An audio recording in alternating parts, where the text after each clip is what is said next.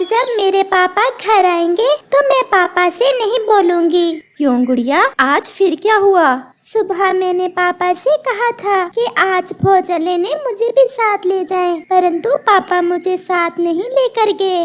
बेटी, आपके पापा को भोजन लेने के लिए दूर दूर तक जाना पड़ता है। वो कैसे आपको हर जगह साथ लेकर जा सकते हैं? और कुछ जगह पर तो बहुत खतरा होता है, कई बार भागना पड़ता है, कभी किसी शिकारी से सामना तो कभी किसी खतरनाक जीव से। बहुत मुश्किल से भोजन मिलता है हम पक्षियों को। मम्मा, पापा अभी तक क्यों नहीं आए? चलो हम घर के बाहर बैठकर पापा का इंतजार करते हैं। मुझे अपने पापा को दूर से आते देखकर बहुत अच्छा लगता है। फिर वो माँ बेटी अपने घर के बाहर बैठ जाती हैं। शाम भी हो गई थी और फिर गुड़िया को दूर से अपने पापा आते दिखाई देते हैं। पापा आ गए, पापा आ गए, मेरे पापा आ गए। परंतु गुड़िया ये कब जानती थी कि आज तो उसका पापा बहुत मुश्किल से घर तक पहुंचा है, क्योंकि उसे किसी शिकारी ने निशाना बना लिया था। पापा चिड़िया अपने परिवार के पास आते ही गिर जाता है। ये क्या हुआ? आपके तो शरीर से बहुत ज्यादा खून बह रहा है। मेरे पापा को क्या हो गया? ये तो बहुत ज्यादा चोट है पापा आपके पंख पर। मेरे पास समय नहीं है गुड़िया की मम्मा। उस शिकारी ने तीर से मुझ पर वार किया था और वो मेरे पीछे ही इस दिशा में आ रहा है। मैं बहुत मुश्किल से यहाँ तक पहुँचा हूँ। आप हौसला रखें, आपको कुछ नहीं होगा। नहीं गुड़िया की मम्मा, इससे पहले कि वो शिकारी यहाँ तक पहुँचे, आप मेरी बेटी को लेकर यहाँ से दूसरे जंगल चली जाओ। वो सबको मार देगा वो शिकारी। हम कैसे आपको छोड़कर जा सकते हैं? आपको मेरी कसम, मैं अपनी गुड़िया को मरते नहीं देख सकता। जाओ यहाँ से दूर दूसरे जंगल चली जाओ। मेरी गुड़िया का ध्यान रखना। ऐसा कहते हुए गुड़िया का पापा मर जाता है। पापा, मेरे पापा, मुझे छोड़कर ना जाना। पापा, मैं कैसे जी पाऊंगी आपके बिना? चलो गुड़िया, हमें यहाँ से जाना होगा। शायद भगवान को यही स्वीकार था। हमारा हंसता बसता घर उस जालिम शिकारी ने उजाड़ दिया। चलो गुड़िया, अपने पापा की बात मानो। आपके पापा अब कभी लौट कर नहीं आएंगे। फिर वो मम्मा चिड़िया और उसकी बेटी गुड़िया एक अनजानी मंजिल की तरफ उड़ जाती हैं। जल्द ही रात भी हो जाती है, परंतु वो दोनों माँ बेटी उड़ती हैं। रात का समय था, उन्हें जंगल में कोई भी दूसरा पक्षी नजर नहीं आता और ऐसे ही उड़ते उड़ते वो बहुत दूर दूसरे जंगल में पहुँच जाती हैं। मम्मा, हम कहाँ हैं? ये कौन सा जंगल है? मैं पहले तो कभी नहीं आई यहाँ। ये सागर वाला जंगल है। मैंने सुना है यहाँ के पक्षी बहुत अच्छे हैं और वो मुसीबत में दूसरों की मदद करते हैं। वो सामने एक घर है। चलो गुड़िया, हम रात उसी पक्षी के पास गुजारते हैं। मम्मा, क्या वो पक्षी हमें अपने घर में रख लेगा? गुड़िया बेटी, ये तो जाकर ही पता चलेगा। फिर वो माँ बेटी उस घर की तरफ जाती हैं। वो घर के दरवाजे पर दस्तक देती हैं। ये इस समय कौन आ गया? कौन है बाहर? मैं चिड़िया हूँ, मुसीबत की मारी हुई, मेरी मदद करें। मैं कैसे मदद कर सकता हूँ आपकी? भैया प्लीज दरवाजा खोलें और मुझे आज की रात अपने घर में रख लें। मैं इस चिड़िया को कैसे अपने घर में रख सकता हूँ? अगर गौरी कव्वी को पता चल गया तो वो मुझसे लड़ाई करेगी। चिड़िया फिर से दरवाजे पर दस्तक देती है। बहन, आपके पीछे जो घर है वो कव्वे और कव्वी का है और हम इस जंगल में किसी भी पक्षी को उन कव्वों की इजाजत के बिना नहीं रख सकते। वो बड़े हैं, आपको उनसे इजाजत लेना होगी।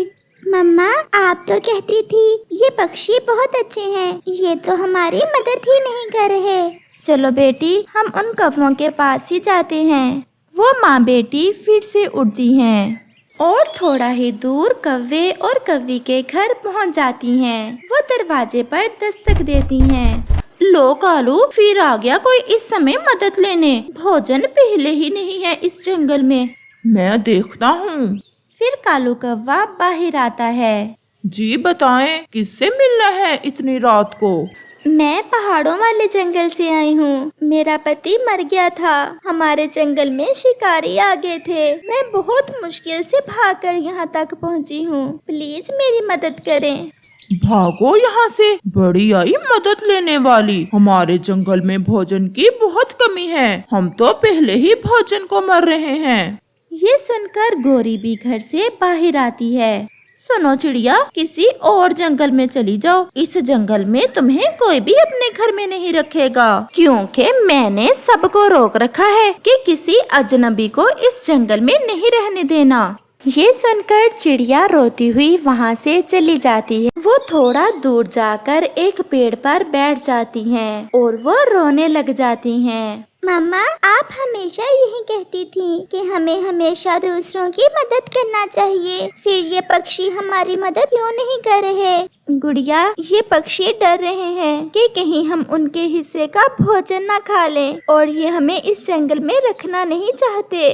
और ऐसे वो माँ बेटी वो लंबी रात उसी पेड़ पर बैठकर गुजारती हैं।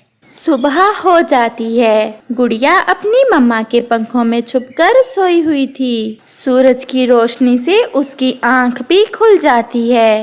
मम्मा, आप सारी रात ही नहीं सोई? मुझे नींद नहीं आ रही थी मेरी जान। चलो कहीं से देखकर पानी पीते हैं, मुझे बहुत प्यास लगी है। फिर वो दोनों माँ बेटी पानी की तलाश में उड़ती हैं। उन्हें नदी दिख जाती है और वो नदी पर जाती हैं। वो माँ बेटी जी भर के पानी पीती हैं। बबलू कबूतर और लूसी कबूतरी जो उसी जंगल में रहते थे, वो भी नदी पर बैठे हुए थे। चिड़िया, आप कौन हो और कहाँ से आई हो? मेरा पति कल शिकारी ने मार दिया और वो शिकारी हमारे घर तक पहुँचने ही वाला था कि मैं और मेरी बेटी अपना घर छोड़कर भाग आई। फिर तो बहुत दुखी हैं आप। आंटी, हमें किसी ने भी रात अपने घर में नहीं रखा और सारी रात हमने एक पेड़ पर बैठकर गुजारी है। चिड़िया बहन, वो कौवे बहुत जालिम हैं। वो किसी दूसरे पक्षी को इस जंगल में नहीं रहने देते। परंतु हम नहीं डरते उन कौवों से। आप चलें हमारे साथ। आप कुछ दिन हमारे साथ रह लें और फिर बाद में आप अपना घर बना लेना। मैं नहीं चाहती कबूतर भैया कि हमारी वजह से आपको कोई परेशानी हो। हम कहीं और चले जाते हैं। नहीं चिड़िया बहन, आखिर कब तक हम उन कौवों से डरते रहेंगे? आप हमारे साथ चलें। फिर वो कबूतर और उसकी पत्नी चिड़िया और उसकी बेटी को अपने घर ले जाते हैं। गोरी कव्वी और कालू कव्वे को जब पता चलता है कि वो चिड़िया कबूतर के घर में है, तो वो दोनों कबूतर के पास आते हैं। कबूतर, बारिश ना होने के कारण इस जंगल में भोजन की पहले ही कमी है और तुम्हें अच्छे से पता है हम अपने जंगल में किसी अजनबी को नहीं रखते। फिर तुम इन्हें अपने साथ क्यों ले आए हो? कवि बहन, हर पक्षी अपने नसीब का भोजन खाता है और कोई किसी के नसीब का कुछ नहीं ले सकता। अगर आपको डर है कि मेरे खाने से भोजन खत्म हो जाएगा, तो ये आपकी गलतफहमी है, क्योंकि आप अपने पीछे आसमान पर देखें। मैं अपने नसीब की बारिश भी साथ लेकर आई हूँ। और फिर आसमान पर काले बादल देखकर गोरी और कालू और सब पक्षी बहुत खुश हो जाते हैं। बादल बहुत अचानक से आए थे और तेज बारिश शुरू हो गई थी। गोरी बहन, देखा, अब ये बारिश फिर से बहार लाएगी और जंगल में भोजन ही भोजन होगा। चिड़िया बहन, मुझे माफ कर दें। अब मैं सब समझ गई कि हमारे जंगल में शायद आपकी कमी थी, इसलिए बारिश नहीं हो रही थी। ये बारिश हमारे लिए नई जिंदगी लेकर आई है। आप जहाँ चाहें अपना घर बना सकती हैं और अगर चाहें तो हमारे साथ भी रह सकती हैं।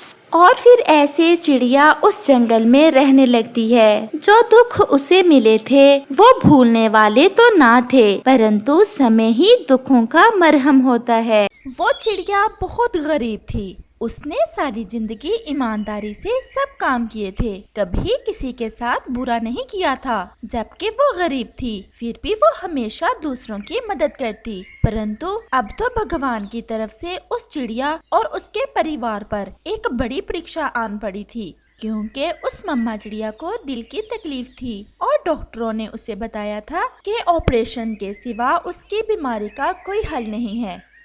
आकाश, आप मेरी चिंता ना करें, मैं ठीक हो जाऊंगी। और अगर मेरी जिंदगी इतनी ही है तो मैं मरते समय आपको ऐसे रोता हुआ नहीं देख सकती।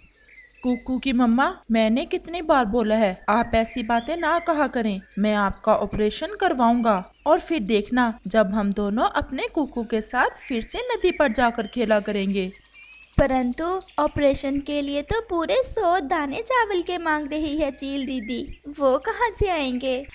मम्मा कल से मैं भी पापा के साथ काम पर जाया करूँगा और फिर हम बाप बेटा मिलकर आपके ऑपरेशन का बंदोबस्त कर लेंगे। मम्मा, क्या ऐसा नहीं हो सकता कि चील दी मेरा दिल निकाल कर आपको लगा दे?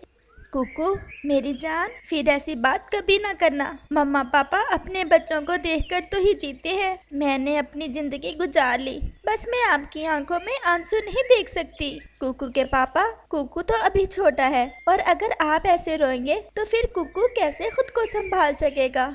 कुकू बेटा, आप मम्मा से बातें करें और अपनी मम्मा का मन लगाएं। मैं जाता हूँ और आपकी मम्मा के ऑपरेशन के लिए फीस का बंदोबस्त करता हूँ। पापा, आप करेंगे ना? हाँ मेरी जान, अभी आपका पापा है ना, मैं सब कर लूँगा। पापा, मैं अपनी मम्मा को खोना नहीं चाहता। कुछ नहीं होगा आपकी मम्मा को, बस अब आपने रोना नहीं है। फिर पापा चिड़िया वहाँ से चला जाता है। कुकू, जिंदगी केवल सांस लेने का नाम ही तो नहीं है। कुकू मेरी जान, मेरी जिंदगी तो आप हो। अगर मेरी सांस रुक भी गई तो मैं तो अपने कुकू में हमेशा जिंदा रहूंगी। और बेटा, जो कुछ आपको आपकी मम्मा ने सिखाया है कभी ना भूलना, कभी किसी का बुरा ना सोचना, हमेशा मुसीबत में दूसरों की मदद करना। गरीब होना किसी पक्षी के बस की बात नहीं है, परंतु मन का अमीर होना तो सबके अपने पंखों में है। मेरी ये इच्छा है कि मेरा बेटा मन का इतना अमीर हो कि पूरे जंगल में सबसे ज्यादा।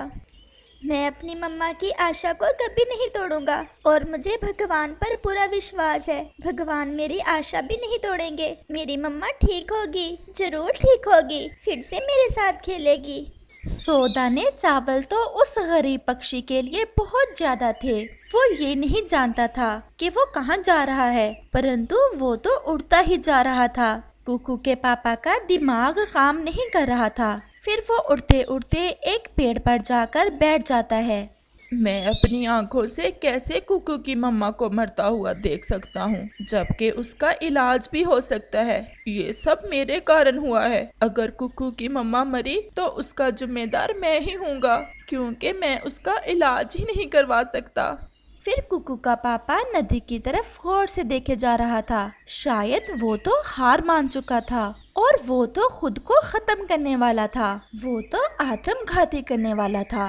वो नदी में कूदने ही वाला था कि वहाँ कबूतर आ जाता है। ठहरो आकाश, ठहरो, एक बार मेरी बात सुन लो। मुझे मर जाने दो कबूतर, मैं अब और जीना नहीं चाहता। मुझसे नहीं देख होती कुकू की मम्मा की बीमारी। मैं इतना गरीब हूँ कि उसका इलाज भी नहीं करवा सकता। जो तुम करने जा रहे हो ये कायरता है। हालात का मुकाबला करो। तुम्हारी पत्नी तो पहले ही बीमार है, जरा उस छोटे बच्चे का ही सोचो।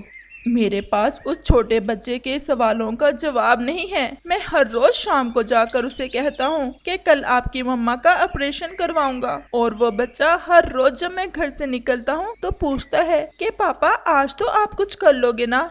आकाश, थोड़ा शांत हो जाओ। मेरे पास तुम्हारी मुसीबत का उपाय है। जो दुख आप पर है मैं उसे महसूस कर सकता हूँ, क्योंकि ऐसे ही मेरी पत्नी दवा के लिए तड़प तड़प कर मर गई थी और मैं कुछ नहीं कर पाया। कई बार मैंने आत्मघाती करने की कोशिश की, परंतु ना कर पाया। मैं जिंदा रहा, अपने लिए नहीं बल्कि अपनी बेटी के लिए। मैं जानता हूँ पास में ही एक कौवा और कौवी रहते हैं। वो बहुत अमीर हैं। उनके पास दाना भी है और धन भी, सब कुछ है उनके पास, वो ब्याज पर दाना उधार देते हैं। मैं आपको उनके पास ले जाता हूँ। आप उन कौवों से 100 दाने चावल उधार लेकर अपनी पत्नी का इलाज करवा लो और फिर भगवान कोई ना कोई उपाय बना ही देगा उनके चावल वापस करने का।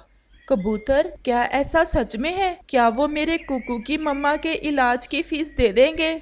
उनका तो व्यापार ही यही है, वो ब्याज पर माल देते हैं और 1 महीने बाद वापस लेते हैं।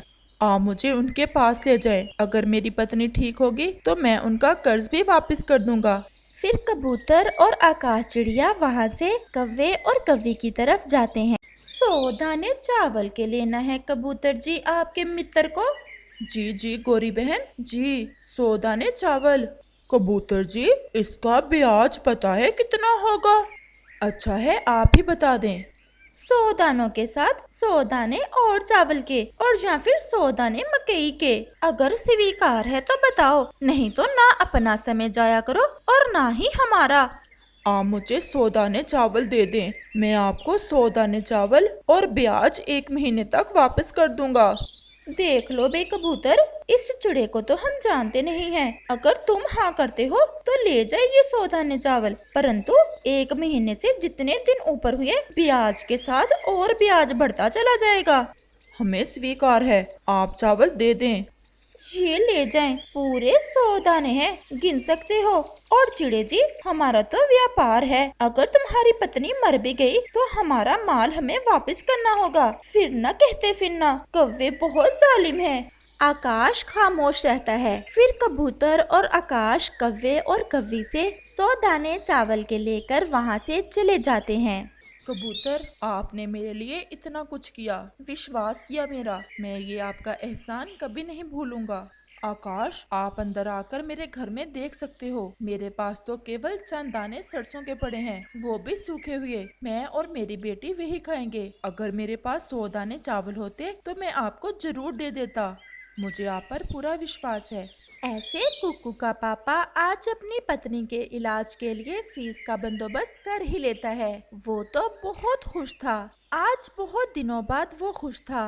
वो ये चावल कैसे वापस करेगा, ये बात उसके मन में आती तो थी, परंतु वो तो अपनी पत्नी का इलाज किसी भी कीमत पर करवाना चाहता था। कुकू, कुकू, ये देखें मेरे बच्चे, मैंने कर लिया। मैंने आपकी मम्मा के इलाज की फीस का बंदोबस्त कर लिया। क्या पापा, 100 दाने चावल मिल गए? पूरे 100 दाने हैं इस थैले में। कुकू तो बहुत खुश था। आपने ये सब कैसे किया, जबकि आपके पास तो सुबह तक 10 दाने भी ना थे? आप इस बात को छोड़ें और अब खुश हो जाएं, क्योंकि कल सुबह सुबह ही हम चील दीदी की तरफ जा रहे हैं आपका ऑपरेशन करवाने। देखा मम्मा, मैंने कहा था ना कि मेरे पापा कुछ ना कुछ जरूर कर लेंगे। कुकू की मम्मा, आपने कुछ खाया है? मैंने तो वो रस पी लिया था जो कल बुलबुल दे कर गई थी, परंतु कुकू को प्यास लगी हुई है। आप जाएं और कुकू को नदी से पानी पिला लाएं।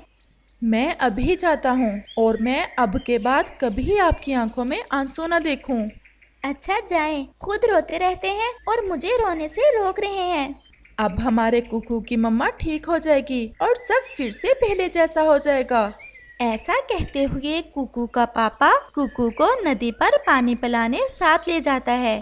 प्यारे दोस्तों, इस कहानी का अगला भाग देखने के लिए कल तक इंतजार करें और आपको ये वाला भाग कैसा लगा है हमें कमेंट करके जरूर बताना।